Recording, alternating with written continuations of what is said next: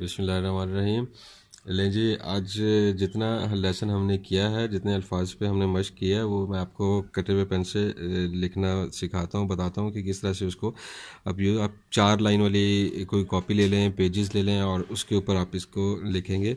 Lines को follow करते हुए आप लिखेंगे तो आपके लिए बहुत आसान होगा लिखना। ठीक है जी, इस तरीके से आप देखें। लाइंस को आपने ज़रूर फॉलो करना। यूँ देखें, ये उसी सूरत में मुमकिन होगा जब आप प्रॉपर मश्क करेंगे, तो फिर यही आप इस तरह से लिख सकेंगे।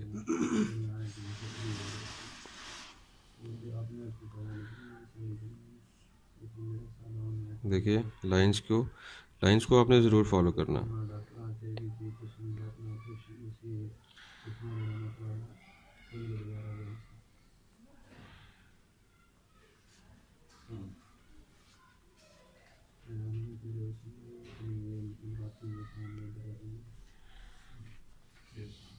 और ये एक लास्ट में हमने ये फे को लिखा था।